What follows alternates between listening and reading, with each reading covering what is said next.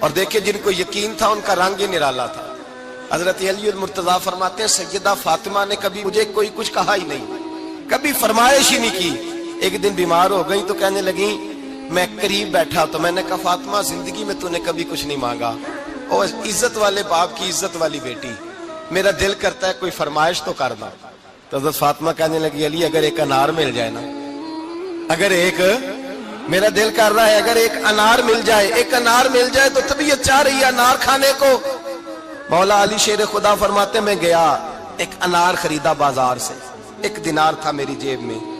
انار خرید کے جب واپس پلٹا نا تو کہتے ایک بوڑھا شخص, ہونٹوں پہ کمزوری, آپ فرماتے ہیں میرے باپ دادا کی عمر کا, لڑکھڑاتے اس کے ہاتھ, اور کہنے لگا علی میں بھوکا ہوں کئی دنوں کا.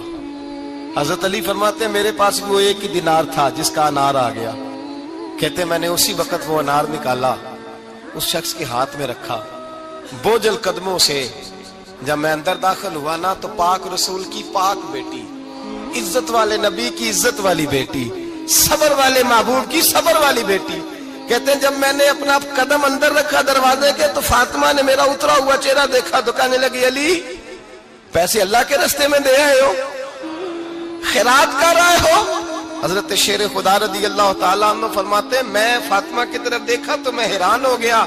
میں نے کہا فاطمہ تجھے, کہنے لگی مجھے یقین ہے آپ انار لینے گئے تھے, آپ نے خرید بھی لیا تھا, اور مجھے پتا ہے علی میرے ساتھ بے وفائی ہو ہی نہیں سکتی, یہ کسی سوالی نے مانگ لیا ہوگا. علی آ جا, مجھے انار کھانے سے وہ سکون نہیں ملا جو تو اللہ کے راستے میں دے آیا ہے تو سکون ملا ہے, کھانے سے نہیں ملا جو تیرے دینے سے ملا ہے.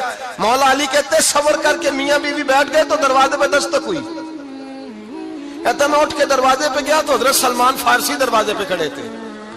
انہوں نے نا 9 انار مجھے دیے, کہنے لگے نبی پاک نے بھیجے ہیں, یہ 9 انار ہے نبی پاک نے بھیجے ہیں. تو حضرت علی شیر خدا فرمانے لگے ہمارے نہیں کسی اور کے ہیں, ہمارے نہیں کسی پڑوسی کے ہیں, دائیں بائیں دیکھ لے. کہنے لگے نہیں تمہارے ہی ہیں. فرمانے لگے نہیں میرے ہوتے تو 10 ہوتے, اس لیے کہ اللہ فرماتا ہے من جاء بالحسنۃ فلہ عشر امثالھا, تم ایک نیکی کرو گے میں 10 کا اجر عطا کروں گا. فرمایا میرے ہوتے تو 10 پورے ہوتے, اللہ رسول نے بھیجے, اور میرا یقین کمزور ہو سکتا ہے, میرے ہوتے تو 10 ہوتے, یہ 9 ہے. حضرت سلمان فارسی نے جیب میں ہاتھ ڈالا, 10واں بھی نکالا, کہا علی تیرے 10 ہی تھے, میں تو تیرا امتحان لے رہا تھا. 10 ہی تھے تیرے. یقین کی دولت زنجیریں کاٹ دیتی, یقین کی دولت انسان کو نواز دیتی.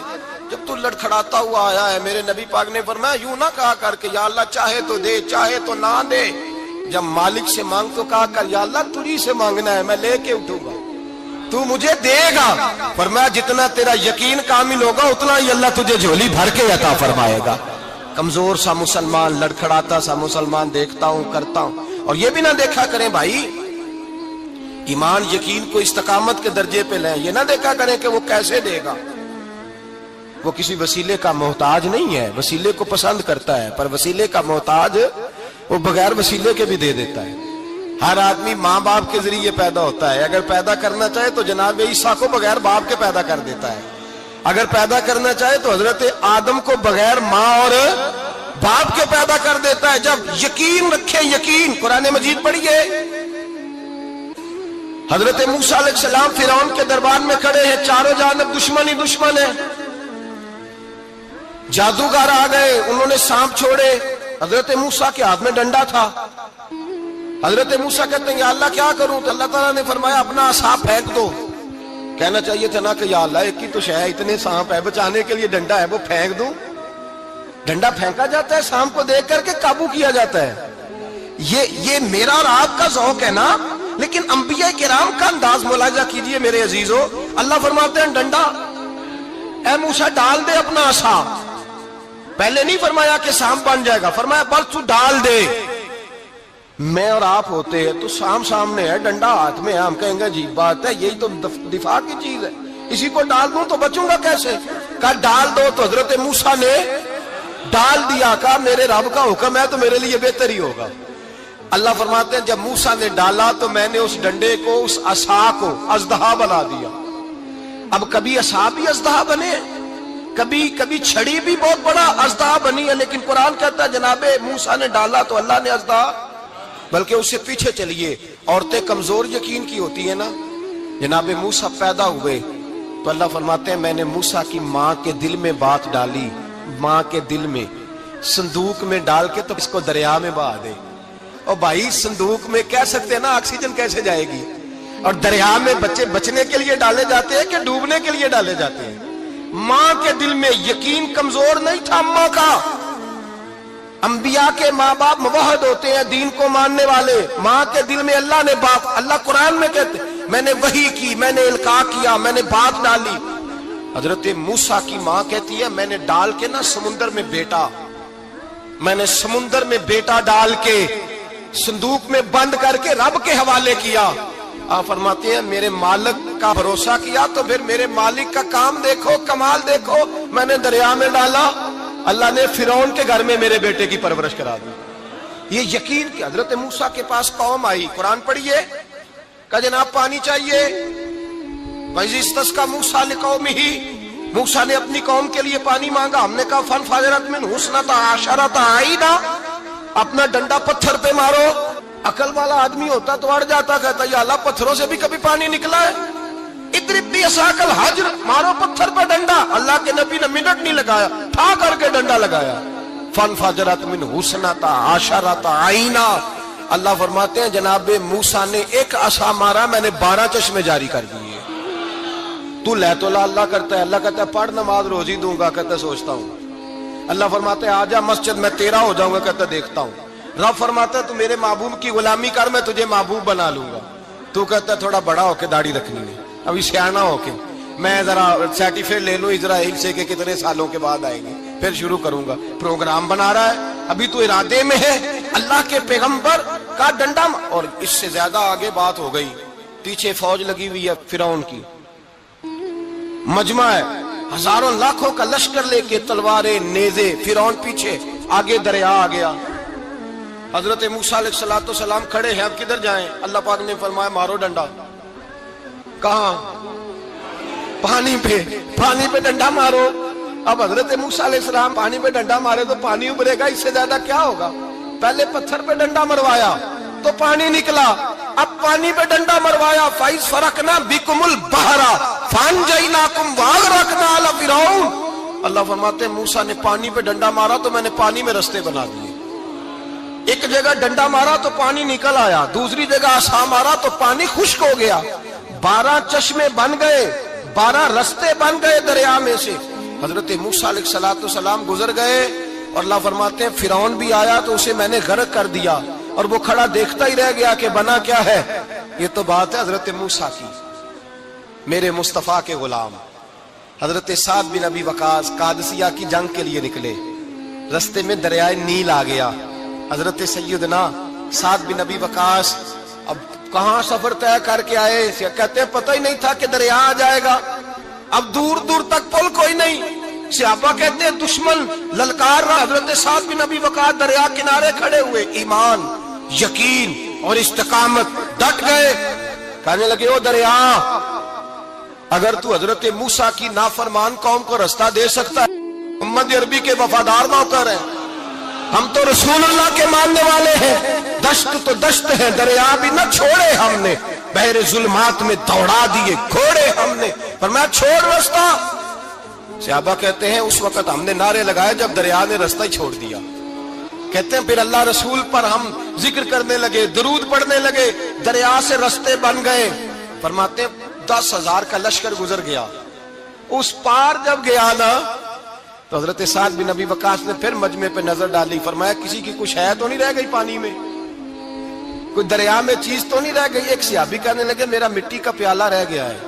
یار ذرا دیکھیے انداز دیکھیے, مٹی کا پیالہ, اور یار چھوڑ پرا, مٹی کا پیالہ کیا ہوتا ہے, اب تو مٹی کے پیالے کی بات کرے گا, چھوڑ دے, کیا کرتا ہے. اس نے کہا پیالہ میرا رہ گیا ہے. حضرت سعد بن ابی وقاص کہنے لگے کیوں ہمارا پیالہ رہ جائے, ہم رسول اللہ کے نوکر ہیں. ایمان, یقین اور استقامت کی دولت. پھر دریا کی طرف دیکھا, کہنے لگے چل یار ہمارا پیالہ بھی واپس کر دے. صحابہ کہتے ہیں دریا کی لہر آئی اور پیالہ بھی واپس کر دی. اور میرے بھائی جب ایمان کی دولت, یقین کی دولت, اعتماد کی دولت, جو بابا کہتا ہے نا کہ معاذ اللہ تعالیٰ الو کا خون لے آؤ اور شیر کی کھلڑی لے آؤ, میں کالا پیلا نیلا جادو کروں گا,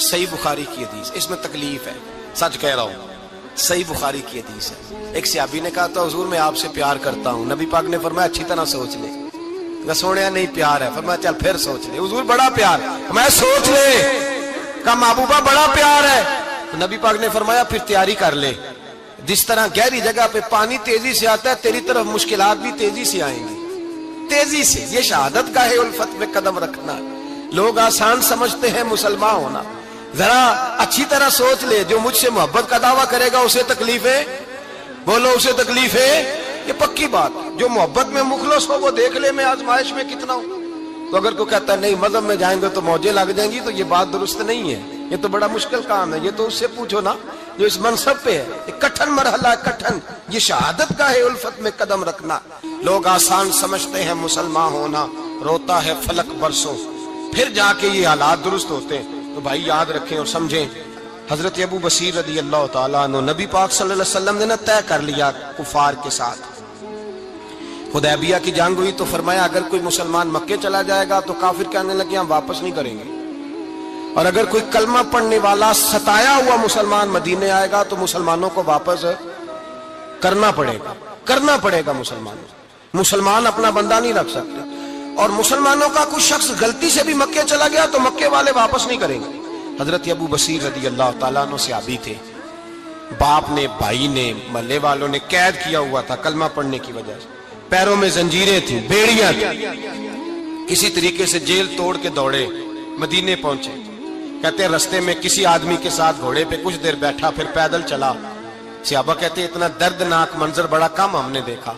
ابو بصیر جس گلی سے گزرتے وہاں خون پھیل جاتا، ان کی ٹانگیں خون سے کٹتی، وہ زنجیریں بندھی ہوئی، در رسول پہ حضور میں بھاگ کے آیا ہوں۔ کہتے ابھی نبی پاک صلی اللہ علیہ وسلم ان کی بات سن ہی رہے تھے کہ پیچھے سے قریش کے 2 سپاہی بھی آ گئے، کہنے لگے یہ بھاگ کے آیا ہے اور آپ کا وعدہ تھا کہ آپ واپس کریں گے۔ چشم زدن میں ذرا سوچنا، چشم زدن میں تھوڑی دیر کے لیے غور کرنا کہ ہمیں ہمارا استاد، ہمارا پیر دھتکار دے کہ جا دوڑ جا، تو کہتے ہیں بسم اللہ جناب یہ جا رہے ہیں۔ ایمان کی پختگی دیکھیں، اس نے تو ہمیں نکال ہی دیا جی، وہ کیسا بندہ ہے، یہاں تو کسی کے یہاں کوئی فاتحہ پڑھنے نہ جائے تو لوگ بگڑ جاتے ہیں، کہتے ہیں اس نے سلام نہیں لی، فاتحہ نہیں پڑھی، بس ختم، اس کو احساس ہی نہیں۔ حضرت سیدنا ابو بصیر سامنے کھڑے، سامنے 2 سپاہی آ گئے، ذرا دیکھیے ایمان کی پختگی، ایمان، یقین اور استقامت۔ امام بہقی نے دلائل کے اندر لکھا ہے، فرماتے ہیں نبی کریم صلی اللہ علیہ وسلم نے ان کی طرف دیکھا تو حضور کی مقدس آنکھیں آنسوؤں سے بھر گئی۔ حضور نے فرمایا ابو بصیر تیری تکلیف مجھے نظر آ رہی ہے، پر میں نے وعدہ کیا ہوا ہے، میں نے وعدہ، بھئی یہاں ڈٹ کے رہنا بڑا مشکل ہے، یہاں قائم رہنا بڑا کٹھن مرحلہ ہے، یہاں آزمائش کے موقع پر دین پر انہوں نے تو رکھا ہی نہیں، لوگ تانے دیتے ہیں، باتیں کرتے ہیں، رکھا ہی نہیں، تو پھر ان کا بنتا ہے۔ حضور نے فرمایا تجھے جانا پڑے گا۔ صحابہ کہتے ہیں پورے مدینے میں ایسے تھا جیسے سوگ کا سما ہو۔ جب وہ 2 سپاہی حضرت ابو بصیر کو پکڑ کے لے جا رہے تھے تو وہ پلٹ پلٹ کے پیچھے دیکھتے تھے، پلٹ پلٹ، پیروں میں خون ہے، آنکھیں آنسوؤں سے بھری ہوئی۔ فرماتے ہیں جب وہ پلٹ رہے تھے تو مدینے کی گلیاں بھی رو رہی تھی۔ میرے نبی پاک جب وہ آنکھوں سے اوجھل ہو گئے تو حضور بیٹھ گئے زمین پہ، نبی پاک نے رونا شروع کر دیا۔ فرمایا اللہ تو نے اس شخص کی مدد فرمانی ہے، اس پر کرم کرنا ہے، اللہ اس کا خیال فرمانا، اس کے لیے دعا کی، حضور روئے۔ حضرت ابو بصیر باہر نکلے تو وہ جو کافر تھے نا وہ کہنے لگے تو بڑا بنتا تھا ان کا، انہوں نے تجھے رکھا نہیں، تجھے رکھا بھی نہیں۔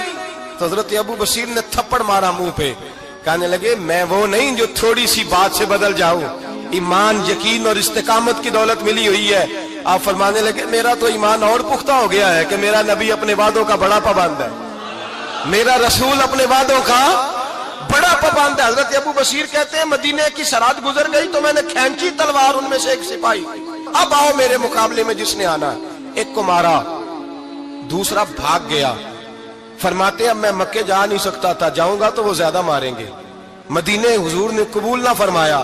فرماتے ایک جنگل میں جا کے العیس نام کی ایک بستی تھی، وہاں ڈیرا لگا لیا، دریا کے کنارے، پانی پی لیتا، پتے کھا لیتا، تند تندور ہڈاں دا بالن تے اسی ہاواں نال تپایا، کپ کپ مکیاں پیڑے کیتے، تے اتوں صبر پلیتھن لایا، تن دی ہانڈی تے من دا سالن اتے لون صبر دا پایا، غلام فریدا وے میں ساری تیری، غلام فریدا وے میں ساری تیری، تینوں وجہ یقین نہیں آیا؟ فرماتے سالوں پتے کھائے، اب جو بھی وہاں سے تنگ ہوتا وہ میرے پاس آ کے پناہ لیتا، جس کو مکے والے مارتے میرے پاس آ کے کہتے ہیں، تانے دینے والے آ کے کہتے ہو تم کس طرح کے نوکر ہو، تمہیں تو انہوں نے رکھا ہی نہیں، ہم نے کہا چپ کر جا، وہ ہمارے آقا ہیں، وہ ہمارے آقا ہیں، رکھیں تب بھی ٹھیک ہے، نہ رکھیں اللہ اکبر، ایمان دیکھو، قوت دیکھو، جیڑیاں خسماں دی وچ رضا بسن پاگ جاگ جاندے انہاں گولیاں دے تے میں گڈی ہتھ ڈور سجن دے، او جنج رکھے اونج رہنا ہے، واجب نہیں جے وچ شریعت مندہ خسم نو کہنا، فرمایا بس ٹھیک ہے جس طرح حضور راضی ویسے ہی ہم راضی۔ حضرت ابو بصیر رضی اللہ تعالیٰ عنہ کے پاس 300 صحابہ کٹھے ہو گئے، 300۔ حضرت ابو بصیر جب مدینے کی سرحد سے گزر رہے تھے نا تو نبی پاک نے ایک آواز دی تھی، فرمایا ابو بصیر ایک وقت آئے گا کہ میرا پیغام تجھ تک پہنچے گا، ایک ٹائم آئے گا۔ حضرت ابو بصیر سے جب کوئی کہتا نا کہ زندہ کس بات پہ ہو تو فرمانے لگے مصطفیٰ کے فرمان پہ بڑا یقین ہے، بلاوا آئے گا، مجھے بلاوا، مجھے یقین ہے کہ مجھے بلاوا، بڑی امید ہے سرکار قدموں میں بلائیں گے، اور کرم کی جب نظر ہوگی مدینے، مجھے یقین ہے کہ مجھے بلاوا۔ حضرت ابو بصیر رضی اللہ تعالیٰ عنہ فرماتے ہیں کہ وقت گزرتا گیا، 300 لوگ کٹھے ہو گئے، جب کوئی مسلمانوں کا قافلہ مکے کے پاس سے گزرتا تو مکے والے لوٹ لیتے تھے، حضور نے بھی اجازت دی مدینے والوں کو، اگر ان کا قافلہ کوئی آئے تمہیں بھی حملے کی اجازت ہے، کفر کا مال مال غنیمت ہے۔ حضرت ابو بصیر کہتے ہیں جب بھی ہمارے قریب سے وہ رستہ تھا شام کی طرف جانے کا، جب بھی کافر گزرتے ہم ان کے قافلے پکڑ لیتے، لوٹتے، ہم بھی ان کو اس طرح کی سزا دیتے جو مسلمانوں کو دیتے تھے۔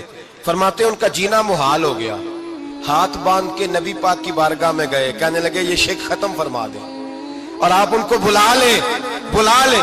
حضرت ابو بصیر فرماتے ہیں میں بوڑھا آدمی تھا، دن بھر میں کام کرتا، محنت کرتا، اس علاقے میں کھیتی باڑی کرتا، جب رات ہوتی تو میں کسی پہاڑ کے ٹیلے پہ بیٹھتا اور مدینے کی جانب منہ کر لیتا، اور میں انتظار کرتا بلاوا کب آئے گا، کب حضور کا پیغام آئے گا، میں انتظار کرتا۔ حضرت ابو بصیر رضی اللہ تعالیٰ عنہ بیمار ہو گئے، شدید بیمار، سخت بیمار تھے، تو قریش نے شیخ ختم کی۔ حضرت ابو ہریرہ کہتے ہیں نبی پاک نے 2 صحابہ کو رکا دیا، فرمایا جاؤ اسے جا کے کہو آ جائے، اسے کہو آ جائے۔ صحابہ کہتے ہیں ہم پہنچے تو ان کا آخری وقت چل رہا تھا، آخری ہجکیاں تھیں، ایمان اور یقین دیکھو، آخری ہجکیاں۔ لوگ کہتے ابو بصیر وقت آ گیا، وہ کہتے نہیں ابھی وقت نہیں آیا، وقت تب آئے گا جب نبی پاک کا بلاوا آئے گا، حضور کا وعدہ تھا وقت تب آئے گا جب میرے نبی کا بلاوا آئے گا، ابھی بلاوا نہیں آیا، تو ابو بصیر کا وقت بھی نہیں آیا۔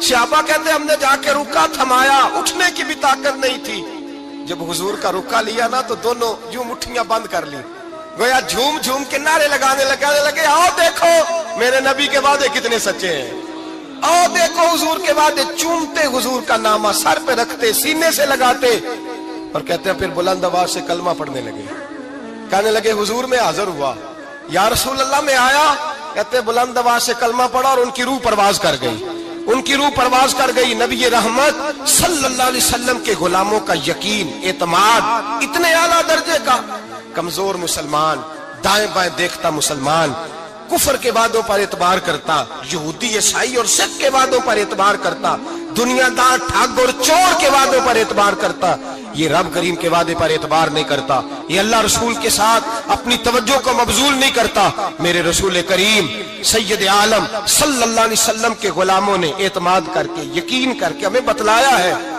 کہ جب تیرے پاس یقین کی دولت ہوتی ہے پھر تو دنیا کا طاقتور آدمی ہوتا ہے، جب تیرے پاس ایمان کی قوت ہوتی ہے تو دنیا کا سب سے مضبوط شخص ہوتا ہے۔ اپنے آپ کو مضبوط کریں، اپنے اندر ایمان کی توانائی پیدا کریں، یہ جھوٹے وعدوں پر، جھوٹی تسلیوں پہ اپنے آپ کو زندہ نہ رکھیں، نہ دیکھیں دائیں بائیں کیا ہو رہا ہے، توجہ سیدھی اللہ رسول کی جانب رکھیں، مضبوط ایمان پیدا کریں، تگڑا، دانائی والا۔ ایک حدیث میں نے البدایہ میں پڑھی، اور جب روایت پڑھی نا تو پڑھ کے میں نے کتاب بند کر دی، میں نے کہا بس بھائی اب اس سے آگے کہاں جانا ہے کسی نے، یہ تو حد ہے، اس عنوان پر حد ہے۔ حضرت انس بن مالک حدیث کے راوی، میری طرف دیکھیے گا، حضرت انس بن مالک حدیث کے راوی ہیں، توجہ کرنا،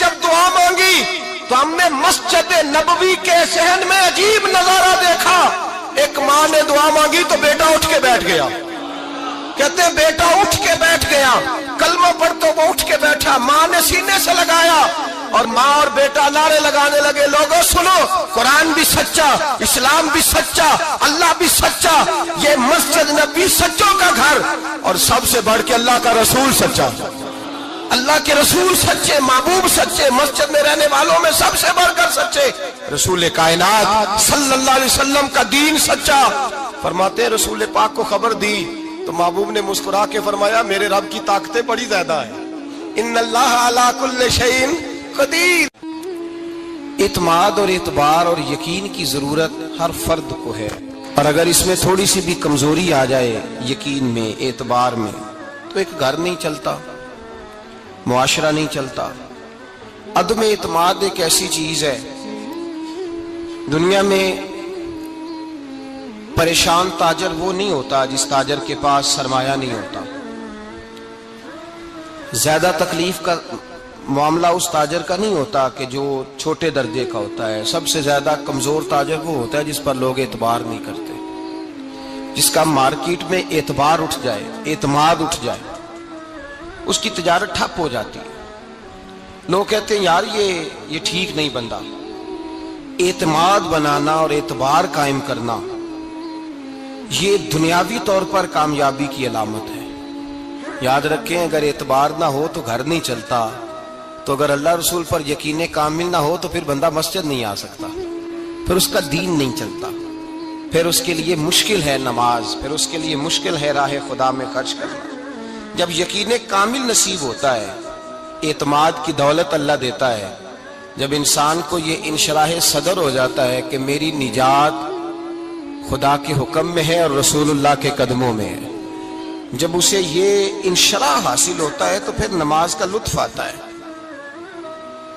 غور کیجئے کیا جملہ کہہ دیا میں نے. پھر اسے نماز کا پھر اسے نماز بوجھ نہیں بلکہ نماز نہ پڑھے تو اس پر بوجھ ہوتا ہے. پھر قرآن مجید اس کی روح کا ساتھی ہو جاتا ہے. پھر عبادات, تقوی, پرہیزگاری, پھر وہ ایک سنت کے چھوٹنے پر پریشان رہتا ہے. جب یقین کی دولت نصیب ہوتی ہے, قرآن مجید فرقان حمید نے کہا ایمان لاؤ تو پھر ایمان پہ ڈٹ جاؤ, مسلمان بنو تو پھر اسلام پر. پھر یہ جو کمزوری ہے نا, یہ دیکھتے ہیں, کرتے ہیں, چلتے ہیں, ابھی کل ابھی پرسوں بہانے ہیلے, ابھی میں نماز شروع کرتا ہوں دیکھتا ہوں لا الہ الا اللہ محمد الرسول اللہ صلی اللہ علیہ. جب کسی نے کلمہ پڑھا تو اس پر پورا دین ضروری ہے, پورا. اب وہ یہ نہیں کہہ سکتا کہ تھوڑا تھوڑا کر کے آؤں گا. یقین کی دولت نعمت.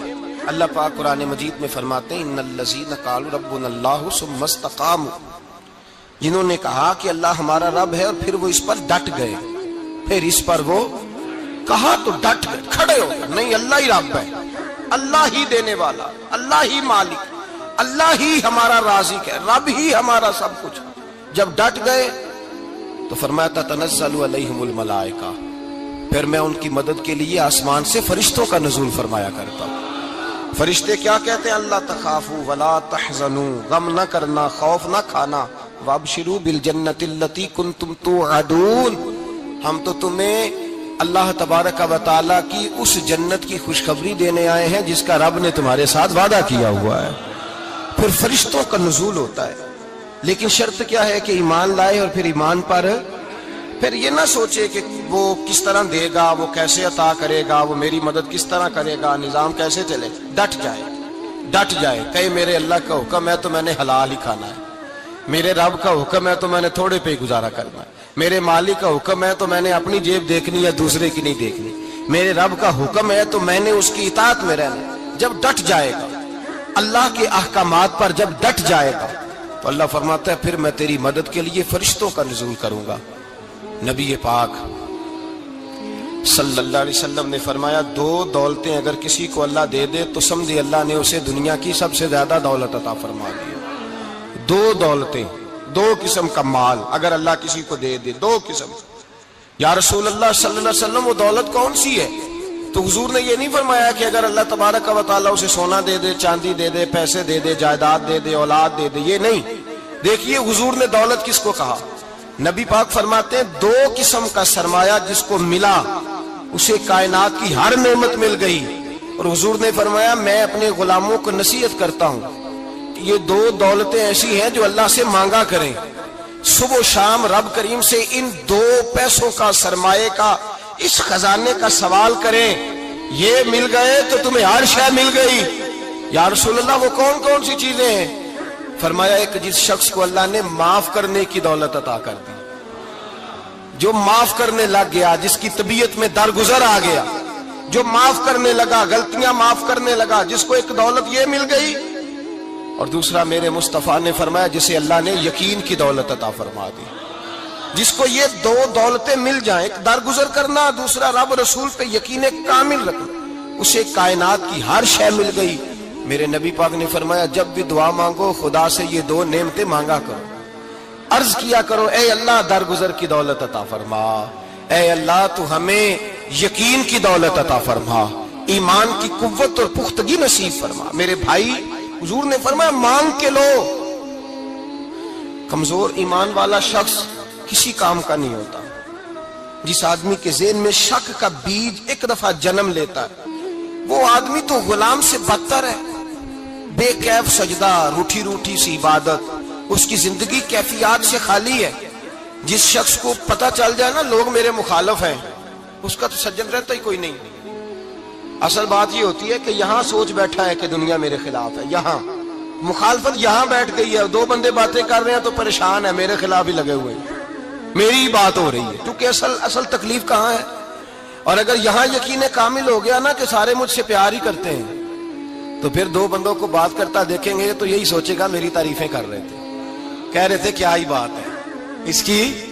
او بھائی یاد رکھیں، یہاں اپنے آپ کو اطمینان دیں، یقین کی دولت دیں، قرار کی دولت دیں، سکون کی دولت دیں، یقین، اطمینان۔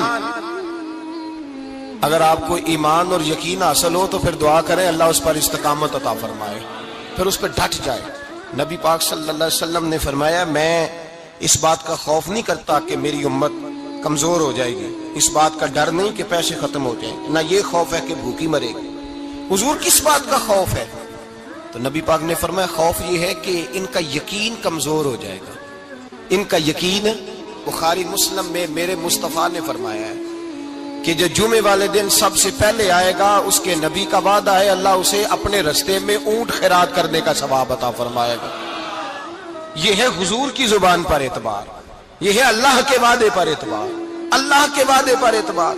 او میرے بھائی اگر تجھے کہہ دیا میری طرح کے ایک نکمے آدمی نے کہ یہاں اونٹ بندھا ہوا ہے، اور ہاتھ گیا نہیں ادھر ہی رہا ہے، اور اگر تجھے آمنہ کے لال نے کہا کہ اونٹ ملے گا، اگر تجھے حضرت ختیجہ کے سرتاج کہتے ہیں اونٹ ملے گا، میری طرح کو تو پتہ نہیں کتنے لوگ ہیں کیا کچھ کہہ جاتے ہیں۔ مصطفیٰ کا تو فرمان یہ ہے کہ اللہ کائنات کے اصول بدل دیتا ہے، مصطفیٰ کی بات پوری کر دیتا ہے۔ پرانا تھوڑا دے گیوں سانو اتے پا گیوں وچ فکراں،